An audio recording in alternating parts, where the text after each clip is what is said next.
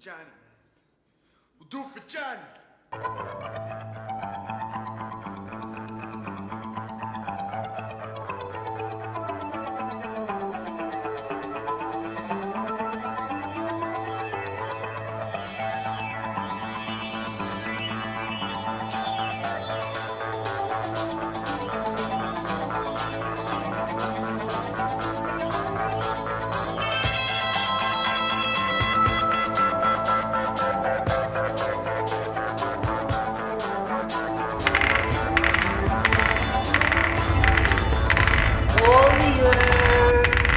Come out to play. Now, doesn't that always creep you out? I always thought that it's strange that he can get his fingers into the top of those bottles and then not have to worry about them getting stuck. But the creepiest thing is that warriors come out to play. Clink, clink, clink. Anyway, enough of that shit. Hey, everybody. Welcome to the M.M.O Movie Marco radio show. I'm Popcorn Pete, along with my partner in crime, Vinny the Vault. Vinny the Vault, and the reason we're talking about clink clink and tapping bottles and whatnot is because we recently took a poll, and it was the Clockwork Orange versus the Warriors. Right. Basically, gang-related movies. Mm-hmm. And the Warriors prevailed, and we decided, well, hell, let's do a show about gang wars. Yeah. So here we are tonight with Gang Wars. And we're going to be talking about a lot of gang movies that are out there. And some you may not have even thought of as gang movies, but they are gang films, and yeah, you may not have even seen them, but that's what we're here for, to point things out and have people get interested. For all you dumb jerks out there who haven't seen it. But do you want to go first? Do you want me to go first? No, you go right ahead. You go first. Okay, let's start with a classic. Okay.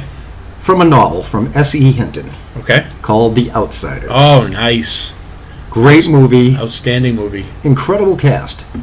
I think every single person on that cast went on to do other big things. Every single person. Yeah. Some of them were more popular than others. Yeah. I think the biggest one who came out of that was Tom Cruise. Yes. And then probably secondly, I'd have to say Patrick Swayze. Yes. Rest in peace. And third, I'd have to say Rob Lowe.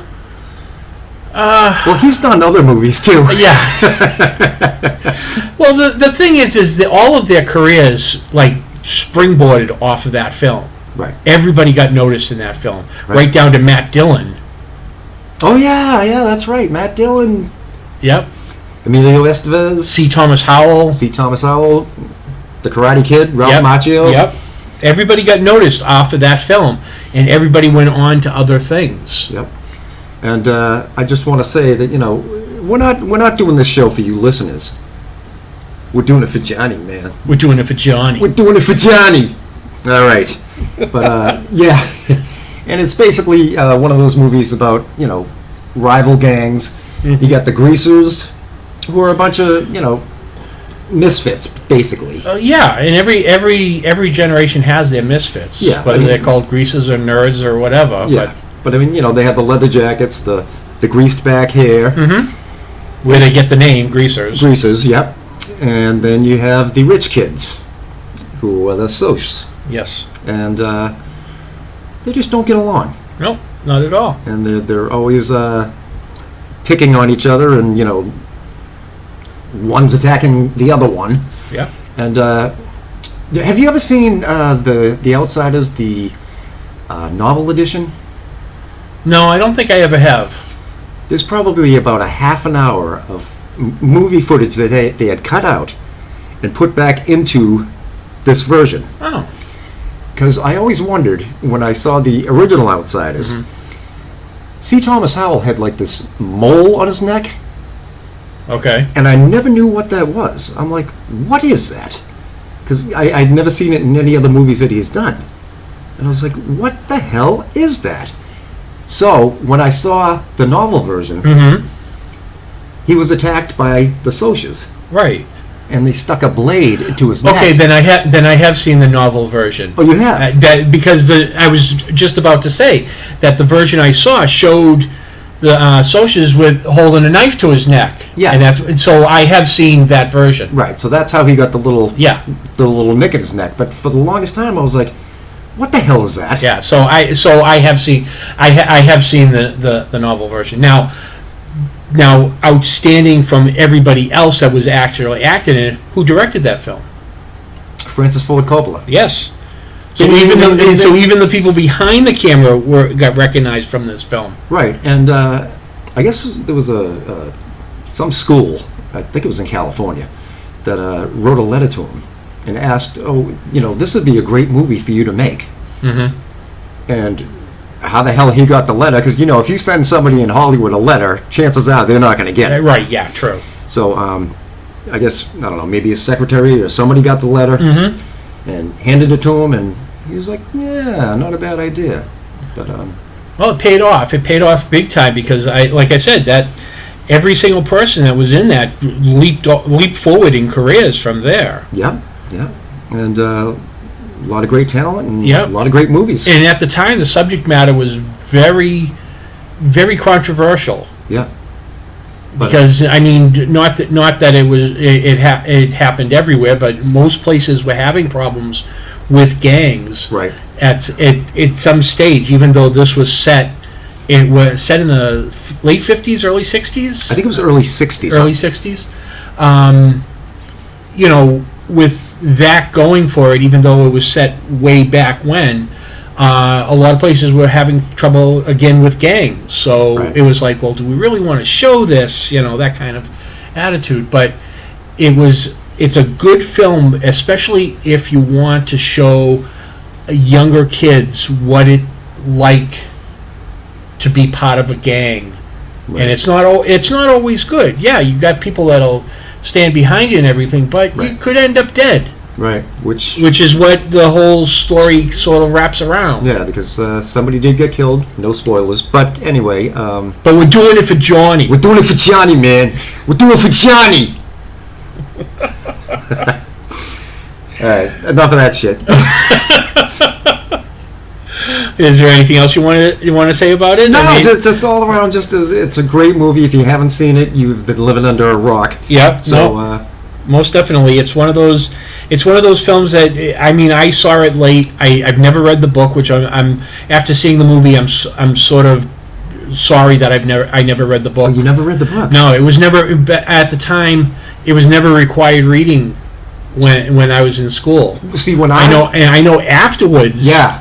It was required reading. I was required to read it. Yeah. And I loved it, and then found out, I don't know, I think it was the next year, the movie came out, Mm-hmm. and I was like, oh shit, I gotta go see that. Yeah. So- Yeah, no, it wasn't required reading when I went to school. So, but the thing is now it's on my list to read.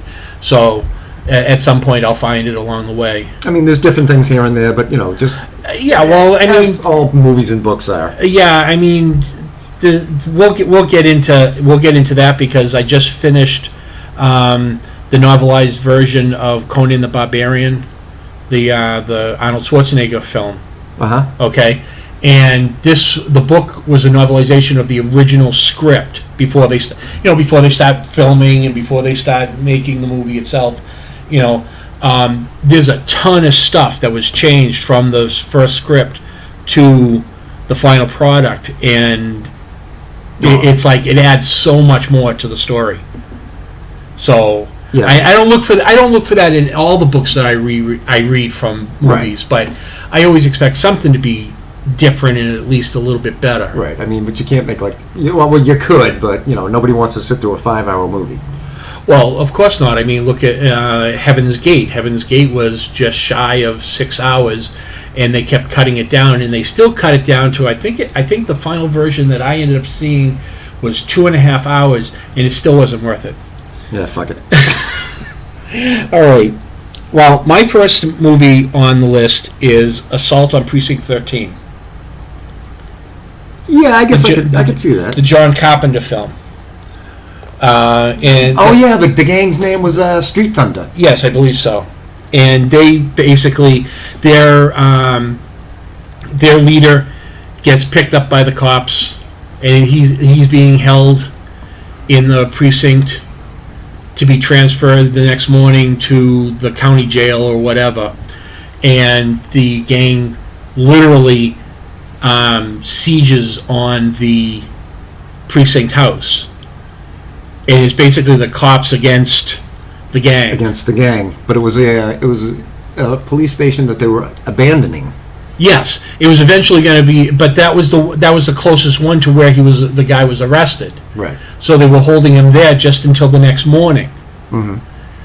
Which nowadays they would have just pulled people and got a bigger force to go and grab them, that night. Well, they had to pull over because one of the guys on the bus was sick. Yeah, I can't. Yeah, but the whole thing was it's just a gang against the cops in the station. Yeah. That nobody wants to come and help them. Right. But it's a really, really good movie. The remake with Ethan Hawke. Yeah, Ethan Hawke and Larry Fishburne. Lawrence Fishburne. Yes, wasn't as good. No. As the original. Never. But the original was done by John Carpenter. And the music score? Yeah. Awesome. Sorry. With him as in the director's seat, and basically, I don't remember if there were any known names in that film.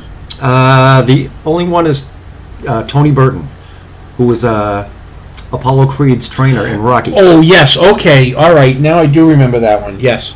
But, I mean, other than him, he's the only one that I really I could even think of being part of anything. And it was shot in the 70s. Yeah. At a time when filmmakers did a lot more of risque stuff. But more on the lines of what can we do with this? Let's just act it out and we can CGI something in. Yeah, true. Which is what they do now anyways. Right. They CGI everything. They CGI rooms. Instead of finding a building with enough rooms to film scenes in. Right. They'll just go into the sound stage, film it on one thing, and then we'll CGI the rest of the building. Yeah. What the hell's that? I don't know. It's like, fuck it, just get the green screen. We don't want a location. Fuck it. Right. But with this, it's all in one building. And you can tell it's a real building. It's got the real parking lot. Yeah. It's got the real barbed wire around the sections. All of this stuff. It's really, really good, and it's more hard hitting than a lot of stuff that they come out with now. Now that song's in my head. Thanks. Well, hey, that's not my fault. The other one that went with that. But again, this is one of those films that I didn't see for the longest time. Really? And I actually didn't see the original until after I'd seen the remake. What? Yeah. I couldn't find a copy of the original. You should have asked me. Well, I didn't know you had a copy. Oh, man. Because the remake sucked. I didn't like well, that's the thing. Because I didn't like the remake, I didn't really lean towards, let's go and see the first one, the original. Because if the remake is really bad, the original may not be... it might have been a bad movie, and they tried to make it better, and it didn't work. But didn't it pique your curiosity? Yeah. Why did they remake it? Yes. Oh, yeah. No, definitely. I wanted to see it. And I watched it, and it's a far superior film. Oh, my God, yeah. And I find that a lot with a lot of these remakes and reboots, or whatever you want to call them, that the original is far superior than anything that they've redone. And it was on a shoestring budget, which makes it even more... You're surprised at when you look at the, I don't know what the numbers are, but Precinct 13, the original, cost $20,000 to make. Straight across $20,000. That is that legit? No. I don't know the numbers. I'd have to look them up. I'm saying cost $20,000 to make it. Okay. Then you go to do the remake. The remake cost $13 million. Right. And it crapped out severely. What's the problem here? The problem here is that the studio's being more dependent on, what they think is right, and the studio does not always know what's right. Right.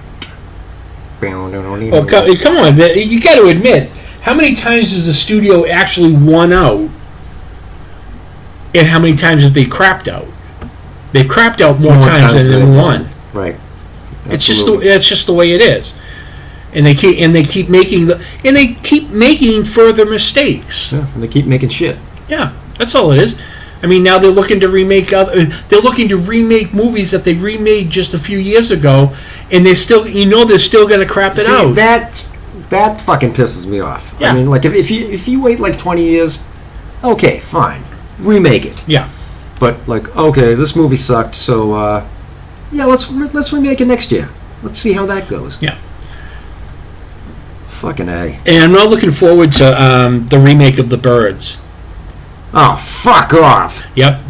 Let's say we had the real classic with Alfred Hitchcock. Yeah. Then they did a sequel which stunk really, really bad. Never saw it. Well, neither did I, but it stunk really, really bad. Okay. Well, when you walk up to a baby's diaper, you know what's in it, right? Poo-poo. Okay, but you know what's in it just by the smell, right? Right. Well, that's what happened with this movie. I could tell just by looking at it. Okay. Now they're going to remake The Birds No. from the original story. Fuck off. Yeah. No. No, they're horrible. Which, in a way, is still another gang film. The Birds? The Birds. This is the birds against the humans. So it's kind of like a gang film. T-Birds. All right, you're next. Go ahead. Okay. This is funny. Okay. The Wanderers. Yeah, that's a real classic. That's a great film. But the thing about The Wanderers is, and we're going to talk about this other movie later, is they were both being filmed at the same time. Mm-hmm. The Wanderers and The Warriors. Right. And the Warriors wanted to get it out there before The Wanderers came Mm-hmm. out. But The Wanderers was more like a, I'd say kind of on the lines of, not so much a comedy, like a comedy drama. Yeah, but it was more of a nostalgic look back at the 50s. Yeah. With a gang. Yeah. Where The Warriors was a more contemporary at the time of what's going on in New York City in the 70s. Right. At the time that they filmed it. Yeah, so this was around the 50s. Yeah.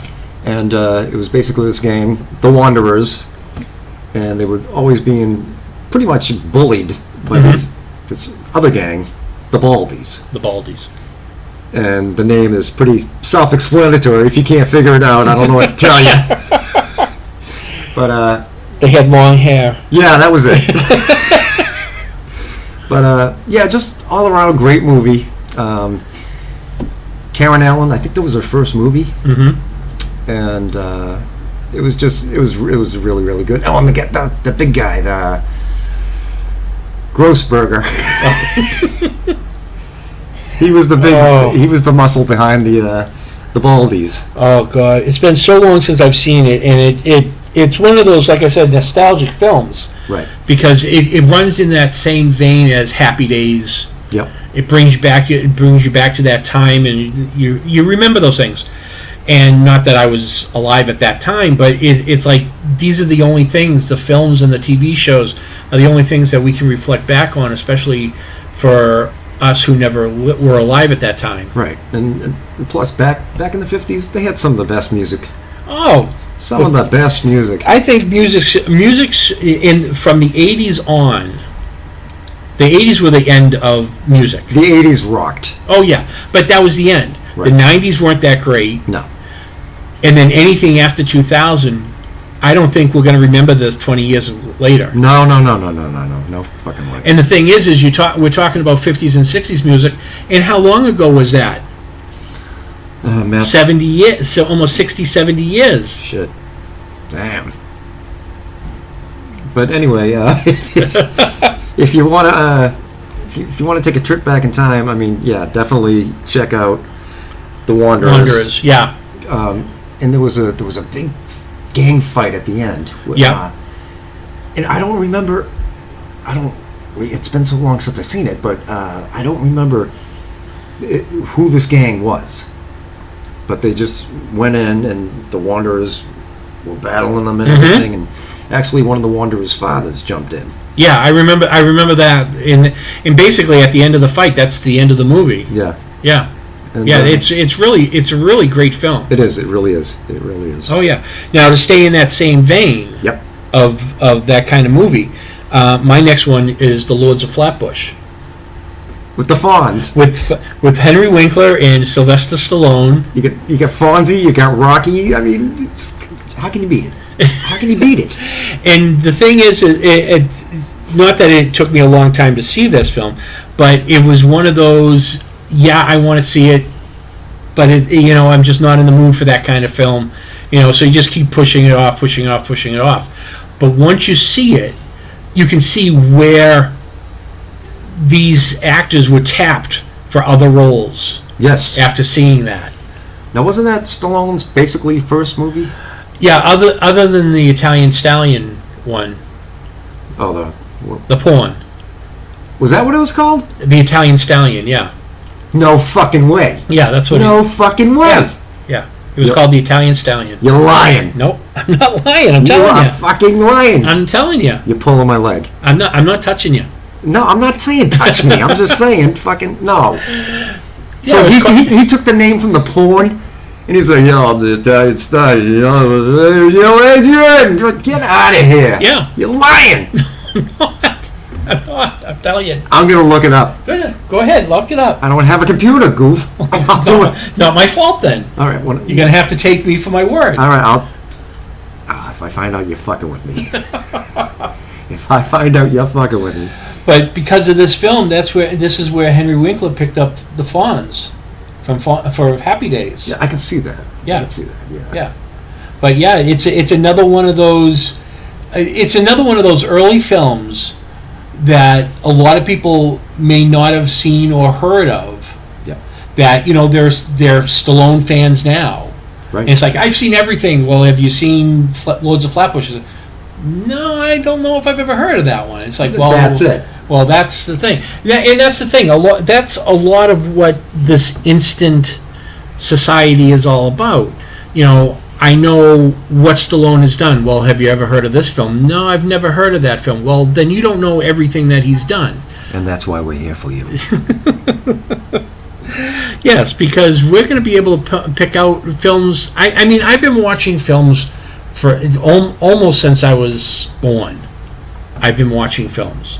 My personal, Almost since I was born. So would you watch them in the womb? yeah, You watched TV in the womb. yeah. Get the fuck out of here. No, you didn't. Hey, are you telling me I'm wrong?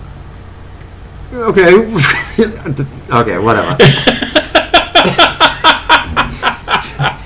I don't even want to know. Okay? All right, go on. Go on. What do you want to say? Nothing. That was just a weird comment. What's the matter? You just didn't want to picture my mother sitting in a chair with her legs spread up and go, God damn it! Watch this movie, you'll enjoy it. Vinny. What the fuck is wrong with you? You're fucked up. You're a sick man. Okay, go ahead. And so are the people who haven't seen Lords of Flatbush. Yes. Go see it, you sick fucks. But no, it's. I mean, everything that we've been talking about is available because I mean everything's available either by streaming or by renting. If anybody still rents from Netflix, Yep. I'm sure they have the discs because not everything is available for streaming. That's the one upside of renting from the discs from Netflix is because out of their entire library, only probably about 30% is streaming. Right. Amazon. Yeah. You know what I miss? Blockbuster. That's why I have such a large library. Yeah. Because I got tired of going to Blockbuster and not finding what you wanted to watch. No, I get it, but it was just. Oh, I thought it was easy. Just walk into the store. Oh yeah, no, it was, and the greatest thing was if you wanted to go to a different Blockbuster, you could. Right. That's fine. Because there's more than one. Yep. There was. Now there's only one. For real? I think it's in Alaska. I'm not going to fucking Alaska. Well, that's why you have your own library. Jeez. Don't give me shit. All right, go on. You got anything else on? Flatbush. Yeah, actually, Didn't Tina Turner make a song, Flatbush? I don't think it had anything to do with this. Oh, that was Nutbush. My bad. Okay. One of the things that I did notice about this film compared to like The Wanderers is that in Flatbush they have the black leather jackets, Yes. which they use as part of the thing. In Wanderers they were just like windbreakers. They weren't leather jackets. But they were red, and they had the cool lettering on the back. Yeah, but they were the soft like cotton kind of fabric. They weren't leather. Right. But that's what I mean. Usually when you think of like the gangs from the 50s and the 60s, you think of the leather jackets. But compared to the Wanderers had the windbreakers, Right. and then the Lords had the leather jackets, which I thought was just it was a nice contrast. It's the same era, Right. but it's a different contrast to it. Now, didn't the Baldies have the leathers? I think they did have the leathers. I think so. But okay, go ahead. Okay, my next one is Colors. Oh, the Robert Duvall and Sean Penn. Sean Penn. Yes. Yes. Okay. About the street gangs of L.A. Yes. And that's this was around the 80s. Yeah. Yeah. And it was basically the gangs didn't have names. They just had colors. Mm-hmm. There was a blue gang and a red gang, which pretty much represented the Crips And the Bloods. And the Bloods, yes. And Robert Duvall is a police officer, and he ends up getting a new partner. Which is Sean Penn. Penn. Yeah. And, one of those buddy teams, but they weren't buddies. No. It was more in the vein of Training Day. Yes. But it was good. It was it was just funny to see Robert Duvall and Sean Penn interact with one another, because not that they hated each other in real life, but you just watched them on the film, and it was like there was tension. Well, yeah, but I mean, also at that time, Yeah. it's two different two different generations of actors Right. trying to get along. Right. But it was one of those buddy films. But like I said, they weren't being buddies, and it was funny because Robert Duvall's character would approach them, the gangs, Mm-hmm. and they're all friendly with them, and he's friendly with them and everything, because he's trying to get Right. Yeah. get with them and find out stuff and everything. But it was I thought it was strange, like that he wasn't like arresting people here and there. Yeah, it was a different look on what we were seeing on the television at that time. Right. Of the cops just going in and banging heads. Right. In all these neighborhoods. Here was a story of a cop that was actually trying to talk to the gang, Yeah. instead of just going in with the billy club in one hand and a gun in the other. Yeah. And Sean Penn's like, why didn't you bust him? And Sean Penn was like gung ho to book these motherfuckers. Yeah. And I don't know. It's basically in the 50s, 60s, those gang movies. It was skin against skin. Right. Yeah. In the 80s, it was just like, hey, I'm going to drive by, boom, you're dead. Right. That was happening all over the place. And not just here. I mean, it was going on all over the place. All over the place. In England, they had those drive-bys. I'd say in France as well. I mean, every place has problems with gangs, Yeah. in one form or another, and they just sort of developed into these drive-by shootings. Yeah, I mean, they can't settle it with their fists anymore. Yeah, fuck you, boom, you did. Yeah. Well, that's the thing. Nobody wants to take the effort. Yeah. To actually do it, manly. Yeah, it's easier to just pull out a gun and blow somebody away. Which is in actuality the way they always talked about it in the West. Using the gun to end your arguments is the most cowardly thing to do. Yeah.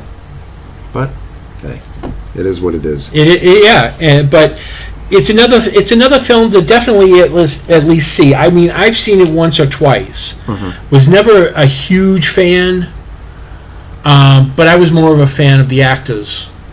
Right. that were in it than the actual story. Right. I mean, that most of the time that's the only thing that drives me to some of these films. Right. That I'll watch it just because of who's in it, but not because of what it is. Well, what about the director, Dennis Hopper? Oh yeah, no, I mean I love Dennis Hopper. I think Right. I don't have any complaints about the stuff that he's been in. Even as an actor, he has done some low stuff. Space Trucker, I think, was the lowest I think he'd ever gone. Possibly. But as a director, I think he's just there. He knows exactly what needs to be done. Yep. And he's one of those actor directors who will get exactly what he wants from the actors that are in his film, Right. because he knows exactly how to talk to them. Because he's an actor. Right. So it works. Yes. It works. So I wish more actors tried directing, if that was where they were leaning towards. well, I thought Mel Gibson was, has done some fantastic stuff. Yeah, but I mean, if you're going to really look at that, I think the person that you have to the bar has been set by Clint Eastwood. Oh, absolutely. So that's where you should be looking. If you want to be an actor who's going to be directing, this is the level you're going to be striving for. Right. I mean, obviously, getting there is going to be a battle, but that's where you should be striving. Yeah. Agreed. Okay. Your turn. Okay. All right. My next one is Streets of Fire. You don't have to like it. I didn't like it. All right. I'm just saying you didn't have to like it. Before you start, I will say that when the movie was being made, Mm-hmm. I happened to be in California Yeah. at Universal Studios, Okay. and they take you around the little trolley car, Yeah. and they're like, okay, and now on this set over here, we're shooting Streets of Fire, and basically it was a big set Mm-hmm. it was just covered, totally covered, Mm-hmm. and they were shooting in there, Okay. and it's daytime, but Yeah. it's got to be night. All right. So Yeah. if the whole place is covered, and it was like, I can't see anything. Where's the Jaws ride? Okay, go ahead. Well, the thing is, I mean, to me, it's exactly what it is. It's labeled as. It's a rock and roll fantasy, and that's exactly what it is. It supposedly takes place during the 50s, 60s time period, but not really. They have the cars and the trains and things like that from that time frame, but some of the other things that are going on seem a little bit later, like 70s, 80s. So it's not really quite there. The special effects you see up on stage, definitely late 70s, early 80s. Yeah. So it's like a combination of all of these like 3 or 4 decades, all rolled into this one story. Exactly. Yeah. You get a good point, because remember that song, the song from the movie. Okay. What the fuck's the name of it? Moving sidewalks. Oh yeah. Well, didn't the group they showed them on the stage? Yeah. Didn't one of them moonwalk? I think he did. He may have. He did in the video. Probably. But Okay. I- Well, if it was in the video, it was in the movie, because all that stage stuff Yeah. was from the movie. Yeah. All of it was. It was Okay. all clipped from the movie. Because they didn't moonwalk in the 50s. Yeah. Well, but that's what I mean. It's sort of they've meshed 3 or 4 decades Together. to get this one story. Right. I mean, when you get down to the end, where you have the main character fighting against the leader of the gang, and they're using the hammers that they used to use to drive railroad spikes into the ground Yeah. as weapons. Yeah. Yeah, though that's pretty nasty. Wasn't Willem Dafoe in that? Willem Dafoe, yeah, he was the leader. He was the leader, yes. Leader of the bombers. And, the Bombers, that's right. And Diane Lane, love her. Oh, yes. Love her, Yes. love her, love her. I don't remember if this was the first thing I saw her in, but I know it's definitely where I had a crush on her. And she was in The Outsiders. Yep. We forgot to mention. Yep. But, then later on, there's that movie. and she the movie with fuck it, she gets naked in the movie. Well, that's the only important part of the movie. Right, and I was like, whoa. I was like, that's like talking about Fast Times. Yeah. Fast Times at Ridgemont High. Have you ever seen Fast Times? Yeah, that's the one where she gets naked at the pool. Yep. The whole movie, and that's the only thing you remember. Yep. Same thing with Jennifer Jason Leigh. Oh yeah, she got naked. Okay. Oh God, yeah. But Streets of Fire. I mean, the soundtrack was great. Mm. All the songs on it were wonderful. They even had the harder rock when you get to the Bombers bar. Mm-hmm. Where they hang out, they have like 3 songs just for that bar. Yep. So, and it's like real hard rock. Mm-hmm. So it separates from the rest of the music that, when you hear the music, you're not watching the film and you hear the music on the soundtrack, you can hear, this is where the Bombers are. This is the Bombers' place. Yeah, this is. And Rick Moranis was in that too. Yep. Right? Yeah. Yep. I'm not a fan. What, of Rick Moranis? Nah. Why? I don't know. He was good in Ghostbusters. Why? Why? Because he was short? No, not because he's short. Well, I know you have a thing about short people. Fuck off! Don't start shit. I'm not starting shit. I don't have a thing with short people. You do. No, I don't.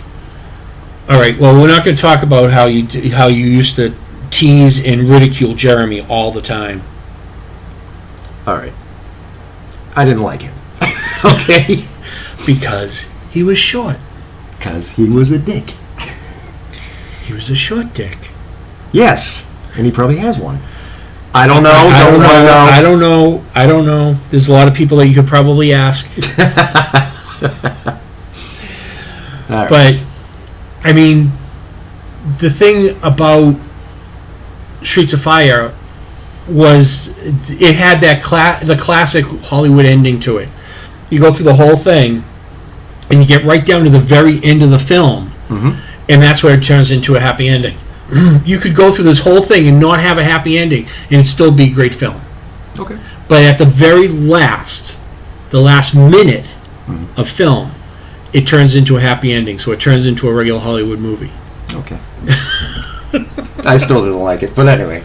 What didn't you like about it? I don't know. It's been so long since I've seen it, and I was just kind of like, I don't know, maybe it didn't make sense to me at the time. I don't know. I'd have to watch it again. Yeah, I mean, I always recommend if somebody that says they didn't like a film, if they can't come up with why, and they say, well, it's been so long since I've watched it, that's usually a thing that, you look at it, you watch it now, and you probably watch it with a different eye. Yeah, probably. You're right. I mean, I've had other people do that, and it's like, I'm not trying to change your attitude towards the film. You may still not like it, but at least give it a chance. Yeah, I'll try. I mean, I've done it myself. I've watched films years later because I couldn't remember if I had seen it before. You'd be shocked at some of the movies that I've gone to the theater, saw, hated it, gave it another shot, and I was like, this is a decent movie. Mm-hmm. Yeah, it happens. It does. It happens a lot. All right, your chance. Okay, my chance. A Clockwork Orange. Okay, yeah. Very, very bizarre film. Very bizarre book. Oh my! Have you ever tried to read it? Oh yeah, I've read it. It's just amazing after you read something like that. It's like how did they actually get it on film? Yeah, that's the thing. Because I tried reading the book. I gave up. I was like, this is too much. I mean, they had a glossary in the back of the book to explain words and things like that. Right. So I'd be like, okay, ya blacos. Then I'd have to go to the back of the book. Yep. Oh, testicles. Yeah. Just an example. Yeah. But yeah, there was a gang of 4 guys, and they were called the Droogies. Mm-hmm. And they'd just go out and they'd wreak havoc. I mean, they'd break into people's houses, beat the shit out of them, rob them, rape them. Well, I think at the time the book was written, at the time the movie was made, it's more poignant now than it was then. Right.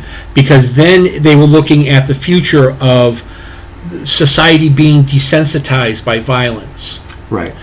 which is basically where we're looking at things now, because people just they don't care what's happening, and it's just they've become desensitized by it.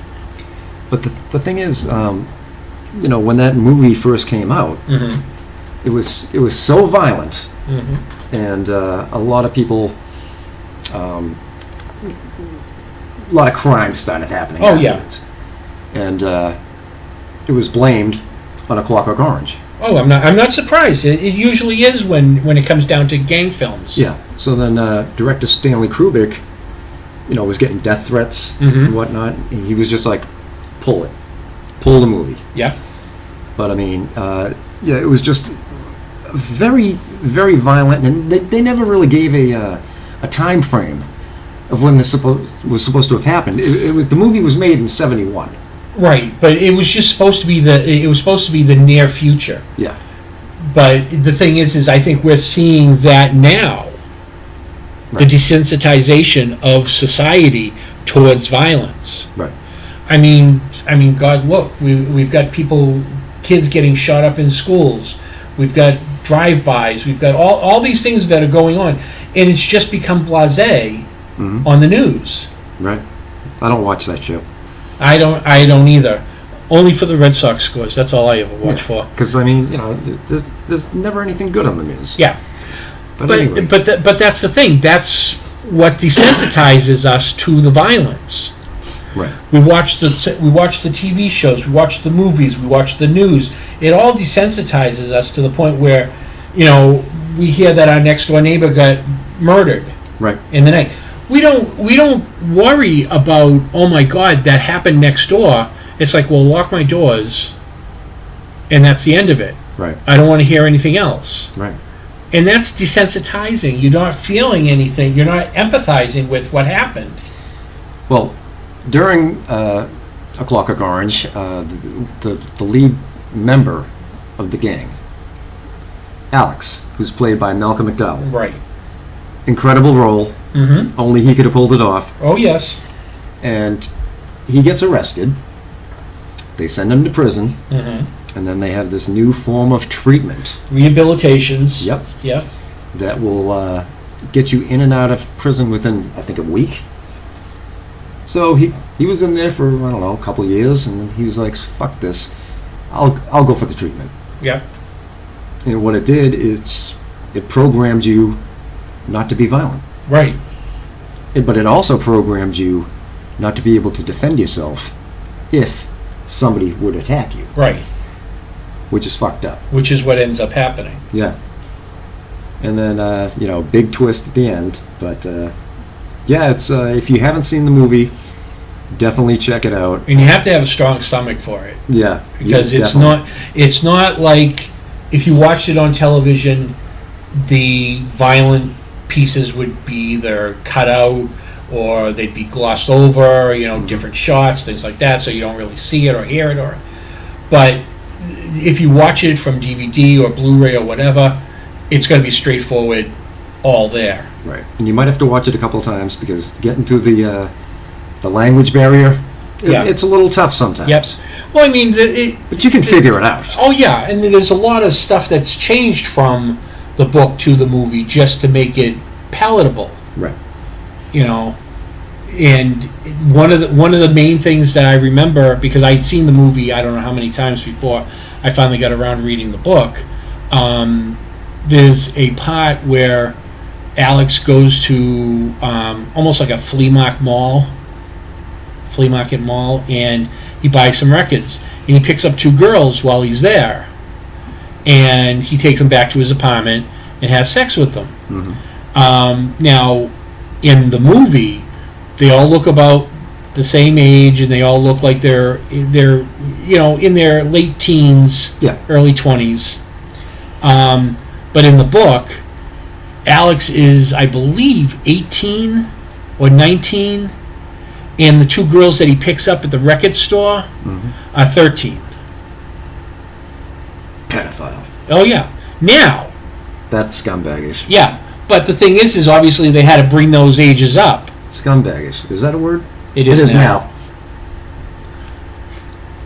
But it's little things like that that I'm so happy that they changed from the book. Oh yeah, because that would have made the movie worse. Nobody wants to see that. No, shit. not at all. Not at all. It's horrendous.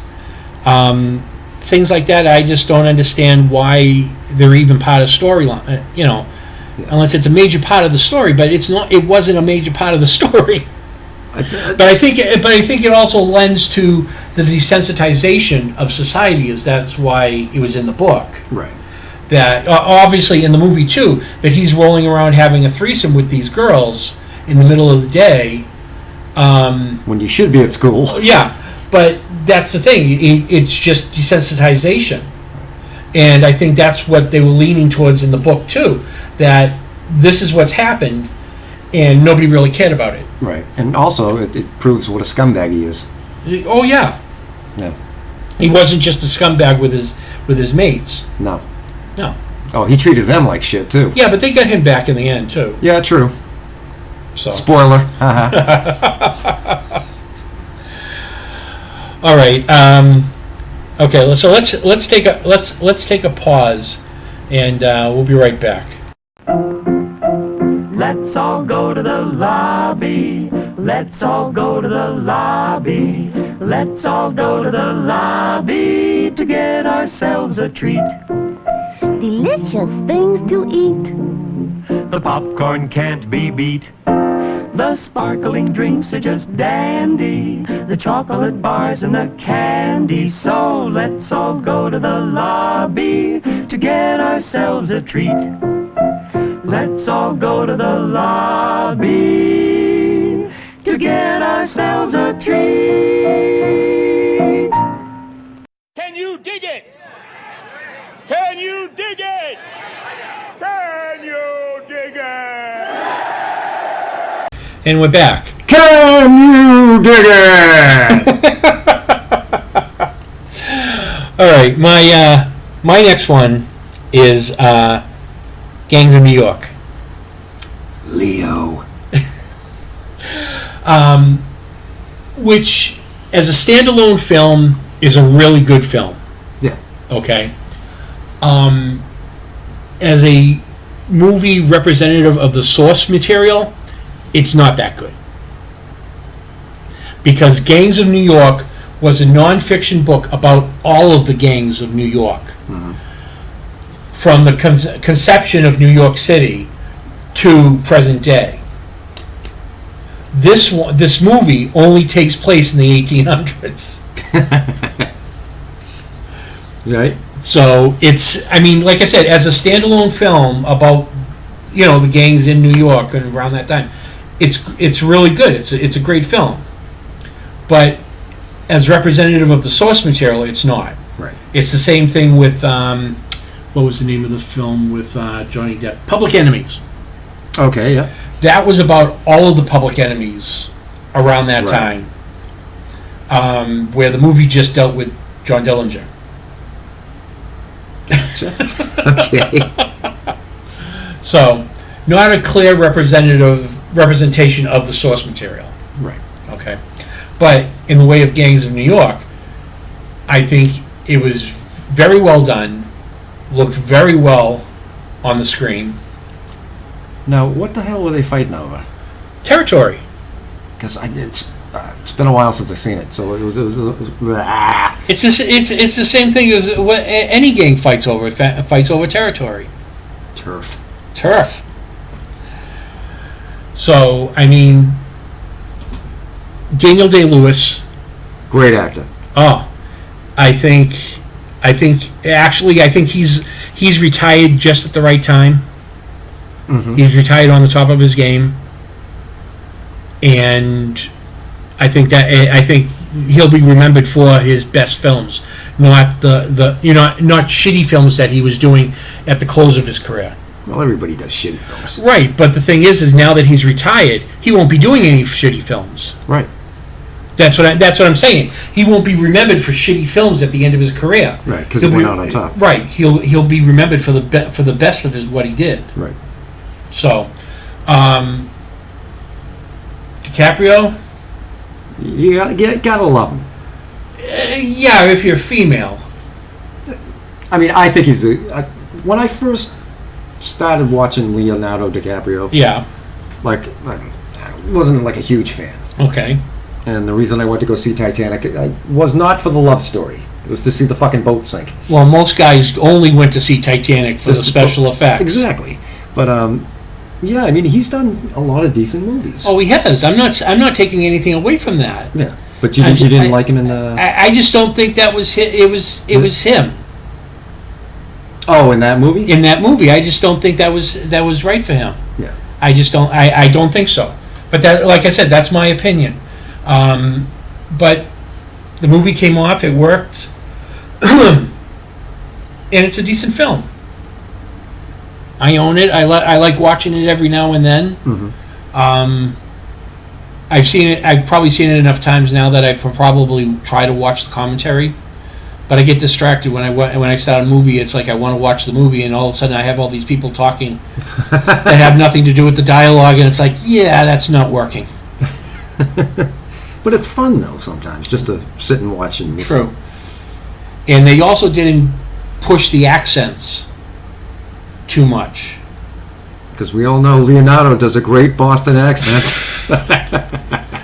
Well, I mean, Boston accents away from that, considering it takes place in New York. Right. What I mean is that you're talking about all of these Irishmen and everything, and at that time, their brogues should have still been very thick, but Right. they didn't play them like that. They didn't play them with thick accents, so you didn't have to have subtitles all the time. Right. Like, what was that movie that Brad Pitt did? He had that heavy Irish brogue. Oh, You know what I'm talking about. Snatch. Yeah.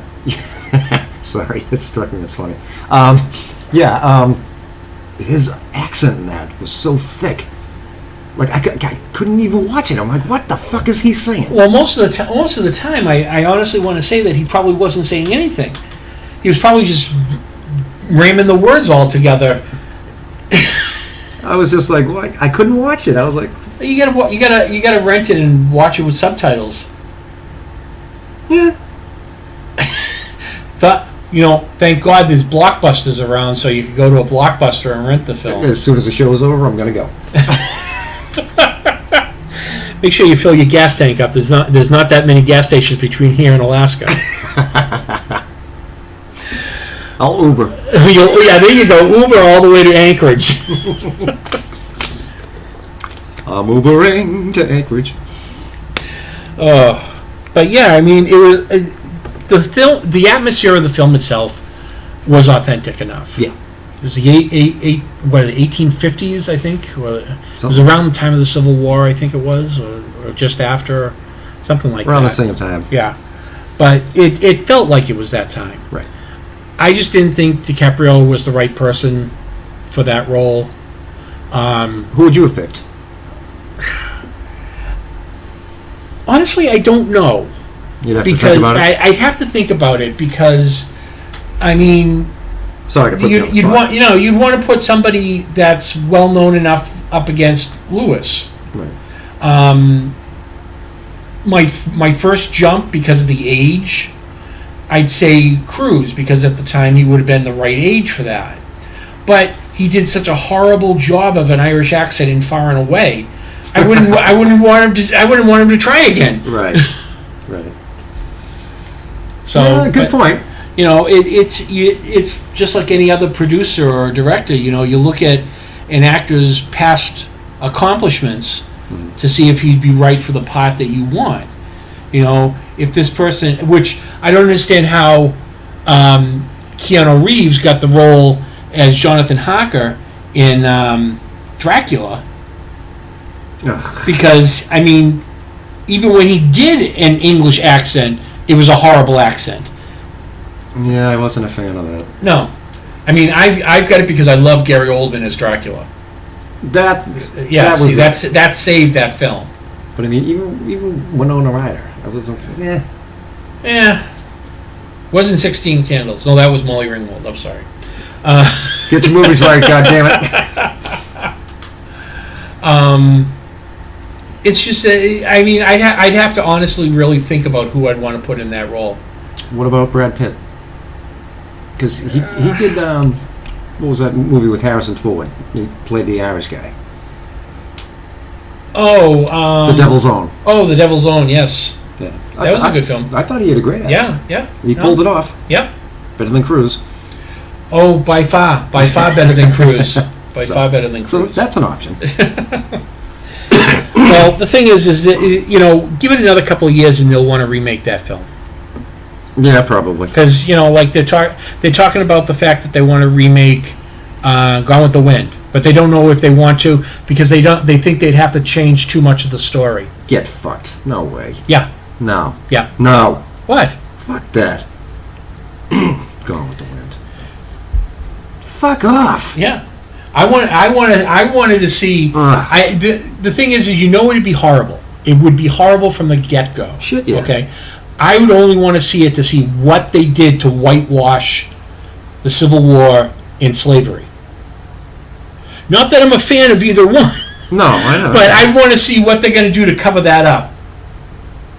It never happened.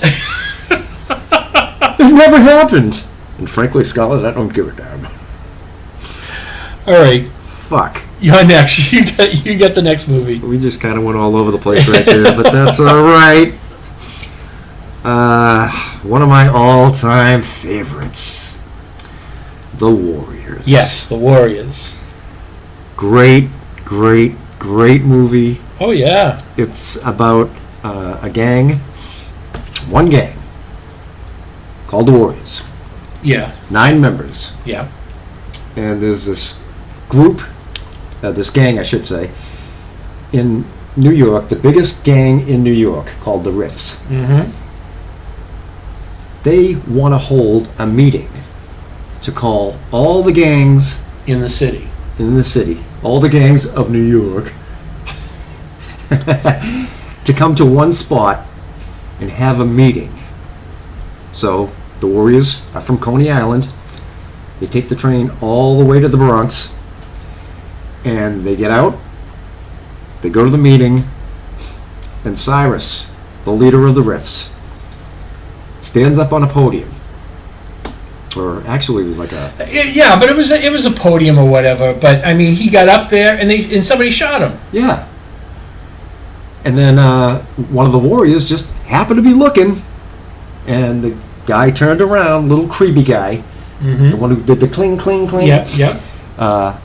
Luther, and he turns around, sees him, is about to shoot him, and bang, the lights come on.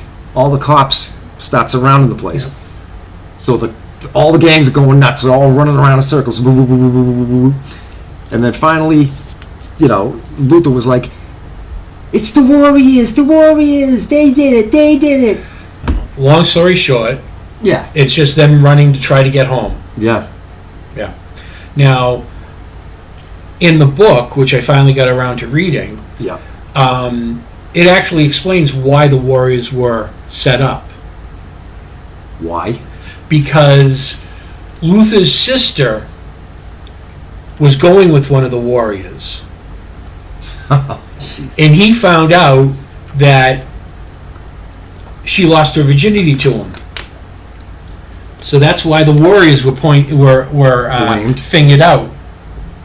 Literally. Now, did Luther kill Cyrus in the book? Yeah. Okay, so it wasn't. Yeah. Okay, so that didn't change. No.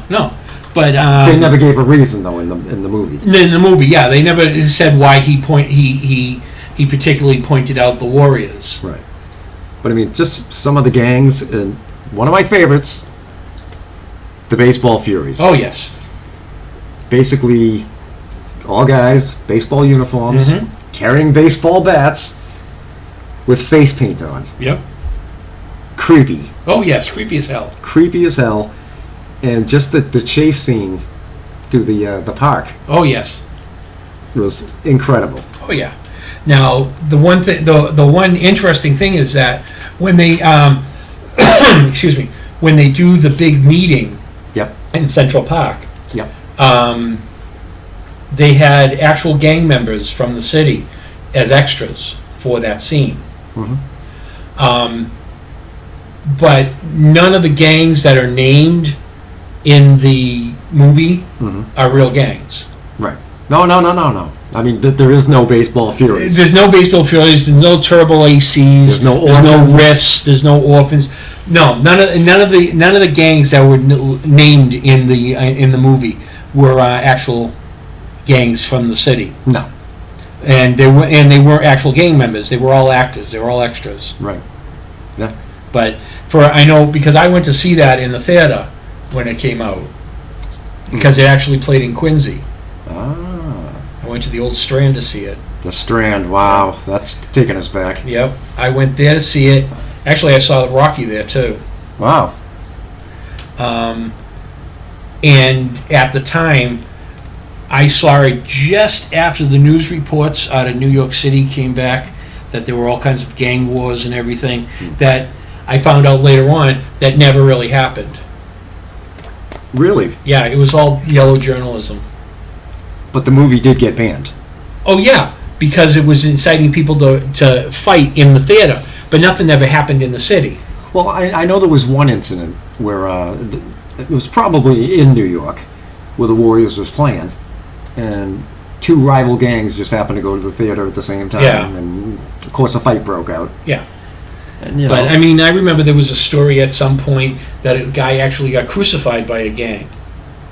crucified. Yeah, and then I found out later on that was false. That the newspaper that it came out of, they just made it up. So I mean, that could have been the case with the Clockwork Orange too. It could have been. People suck. True. People do suck. It's the old adage, you know, like when you break something when you were a little kid, your mother would always, we can't have nice things. As a society, we can't have nice things because everybody has to stick their nose into things. Yeah. Fuck it. Anyway, yeah, but just all around, my favorite movie. I could watch this movie a million times and Yeah. never get tired of it. Yeah, I've watched it. I don't know how many times I've watched it since I've seen it in the theater. I've owned all different kinds of versions of it. I hated the other version, The Blu-ray version that's out now, the director's cut. the comic book one. That's the director's cut. Hated it. Yeah, see, I haven't watched it. I have that because I know that's the only version that's on the Blu-ray. I haven't gotten rid of my DVD. So on the Blu-ray, is the deleted scenes in there? I have no idea. I've never watched it. God damn it! What do you want from me? I want you to watch it. Why? 'Cause Why? To satisfy you? yeah. I'm not here to satisfy you. Yes, you are. No, I'm not. Yes, you are.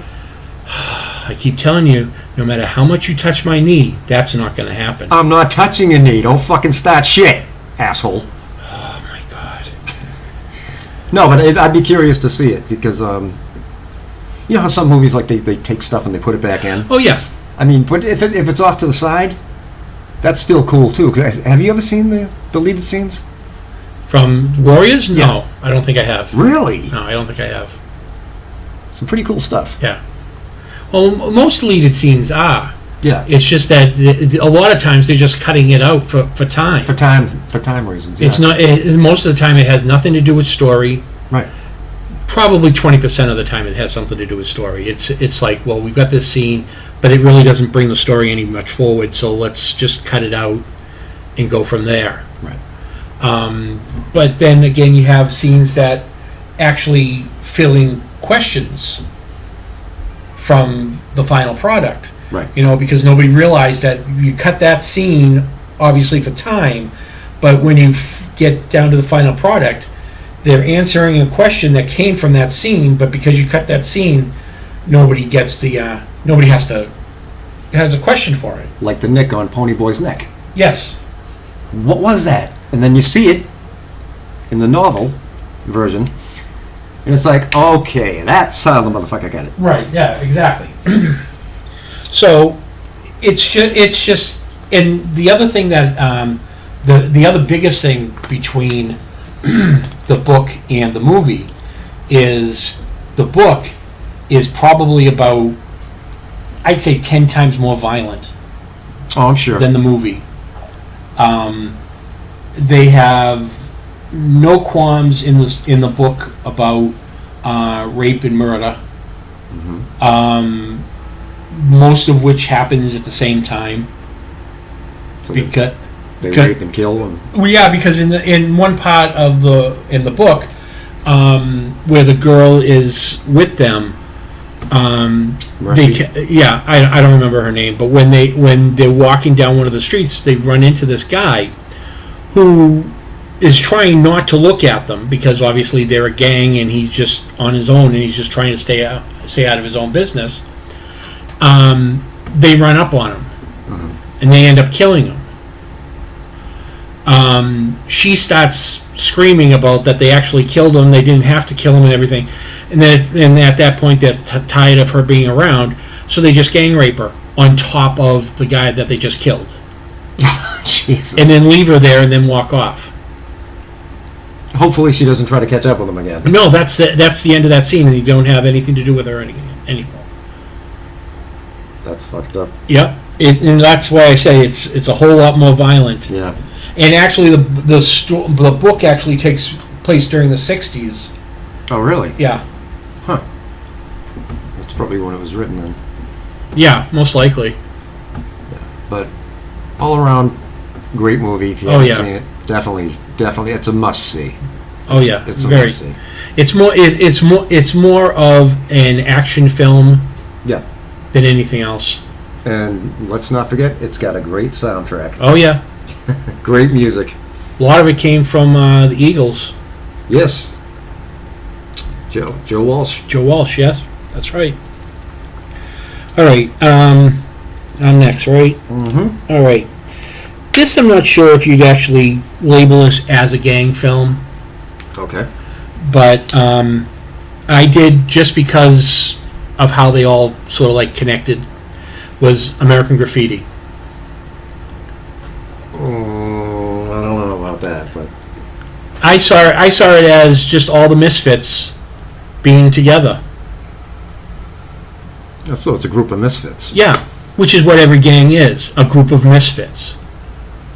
True. But they were cool misfits. No. No. Some Cool misfits wouldn't be in a gang. Ajax was cool. Oh, God. Ajax was a meathead. Ajax was awesome. Ajax tried to rape a cop.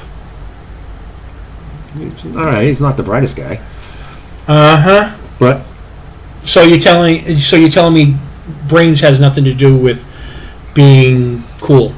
right. Wow. He was a good character. He was a likable character. Yeah, okay, so what's wrong with the American Graffiti characters? They're all likable characters. Who? Richie Cunningham? Oh my God. Shirley?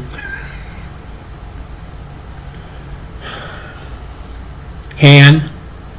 Oh, Han Solo's in that. That's right. Oh my God! You forgot Han Solo was in. I was in forgot Han American Solo was Graffiti. in American Graffiti. I was trying to think of the nerds. What was the? The little goofy guy from The Untouchables. Yeah, I can't remember his name. I don't care either. Jesus Christ. Dreyfuss is in it. Oh, yeah! Richard Dreyfuss, and then oh God, the blonde from Three's Company. Chrissy? Yeah, She's in it? yeah. Really? She's the blonde in the car that Dreyfuss goes chasing after. No. Yeah. How long has it been since you've watched this film? It's been a while. Yeah, seems like it. Yeah. Huh. What's her name from One Day at a Time is in it. Oh, yeah, Mackenzie something? Yeah, Mackenzie. Crackhead. Mackenzie Phillips. That's it. Jeez, crackhead. Oh, she wasn't? I didn't say that. I'm just saying you labeled her that. I'm sorry, I couldn't think of her last name. Yeah, so you call her crackhead. So? Oh my God. So you don't consider that a gang film? No, not really. Why? Because, I don't know, to me, like, a gang movie is like they get together, they go, they beat the shit out of people, and they cause trouble, and they wear leathers and stuff like that. Why does that have to be a gang film? Why does that have to be perimeter for the gang film? I don't know. Oh, why are you always right? Ooh, Because that's American Graffiti's a gang movie. No, I'm just saying that's the way things are in the world. Yeah. I'm always right. Right. Okay. What? Well, hey, opinions are like assholes. Everybody's got one. Yep. And some of us are trying to make two. Okay, whatever. Hey, I could have turned around and said Star Wars It's a gang movie. is a gang film. Well, it's the rebels against the elected government, right? Oh, God. Right? Wrong? No, tell me where I'm wrong for that. I don't care. Just go. What's your problem? Nothing. It's just, I don't know. You're weird sometimes. I'm weird sometimes. Yeah. I mean, hey, I know I'm weird. Well, that's what I'm trying to. That's why we're doing this for therapy reasons. For therapy reasons. Yeah. Okay. Is it working? I don't know. How are you feeling? All right. So that's not that. You don't consider that a gang film. Okay. So we'll skip. We'll skip that. Okay. No. All right. But if you do, that's it. No. The last film I have has gang in the title. Okay. Okay. So does that like make part of your criteria? Depends on what it is. Okay. It's a Disney film. Oh, Christ. Yeah. The Apple Dumpling Gang. With Don Knotts. Mr. Furley. Bill Bixby. Bill Bixby's in that? Yes! Holy shit, the Incredible Hulk. Wow. Who else is in it? Is it Tim Conway? Maybe. Oh, yeah. I think it is Tim Conway. Tim Conway's, yeah. I think that was one of the early Knotts Conway duo films because they did a ton of those for Disney. Right. But with those three in there, Harry Morgan was the sheriff of the town. Wow. Yeah, it's been so long since I've seen that. Wow. The Apple Dumpling Gang. I still get a kick out of the part where Knotts has got the rope wrapped around his chest and he's standing outside the building waiting for Conway with the donkey to pull him up so he can get in through the skylight in the building. And the kids walk up to him and he puts his arms over his chest to cover up the rope. He goes, without moving his hands, he's just, get out of here. What are you doing, mister? I'm just standing here. Well, why are you just standing here? Just leave. And then the donkey starts moving, so he starts lifting up in the air. And the kids go, wow. Just get out of here. How are you doing that? It's magic. Get out of here. It's magic. That's funny. Oh, but the only reason I added it was because it said gang in the title. But I'll give you that one. But with Conway and Knotts, it's one of those 1970s comedy duos. Right. That you just put them together and just let them go. Right. Have fun with it. It's one of those things that you could literally have just. This is what the story's a Western. You put these clothes on. We're gonna let you guys ad lib, because the main story's here. You come into it here, but you're gonna be throughout the story. So you just ad lib your parts as you're going along, and we'll just get it all together. And it worked. And when you do stuff like that, you actually let the comedians do what they're good at. Right.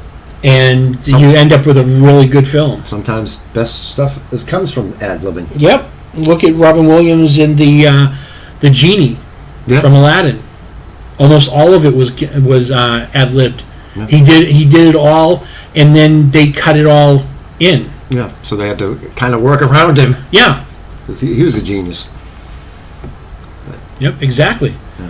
Yeah. And he's one of those actors who is sorely missed even today.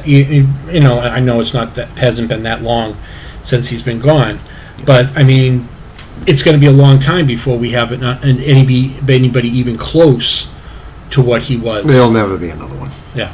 Never. All right. That's all I have for my list. Yeah, I think we'll call it a wrap. Okay. And just remember, everybody, we did it for Johnny, man. We did it for Johnny. We did it for Johnny. So, where can you reach us at? Down. Well, we can be found on iTunes. We can be found on Anchor, Spotify, YouTube. I think we have a Twitter account now. We have our own Facebook page. Our producer is building our own web page, so eventually you'll be able to get all our stuff from there. Special shout out to Knuckles Cannoli, our Canadian connection. I'm trying to think. Is that everybody? I think that's everything that we've. I believe so. If not, we'll get a more comprehensive list to make sure we don't miss out on anybody. But with all the listeners that we have out there now, just want to say that we're going to be doing new polls. Please vote. Yes. We're going to start using the polls for what we're going to start driving the shows for. So please vote. You're going to have to, if you vote, then you're going to be part of the development of the show. Please vote. So, that's all I've got. That's all I got. Okay. Well, we'll say goodbye. For M.M.O Movie Markout Radio, I'm Popcorn Pete, along with my co-host in crime, Vinny the Vault. Vinny the Vault, and we will see you at the movies. Can you dig it?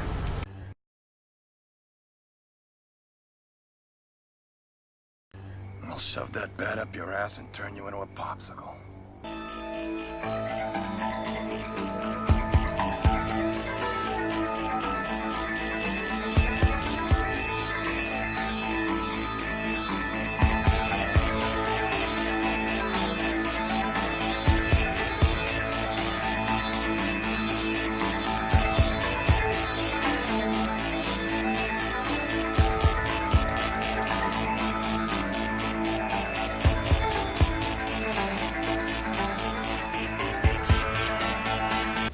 Stuff like that again, I'm gonna kill you.